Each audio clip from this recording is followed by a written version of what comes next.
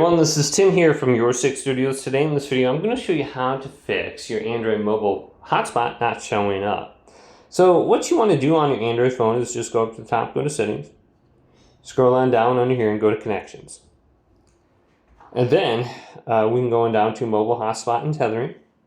So you probably just have this turned on.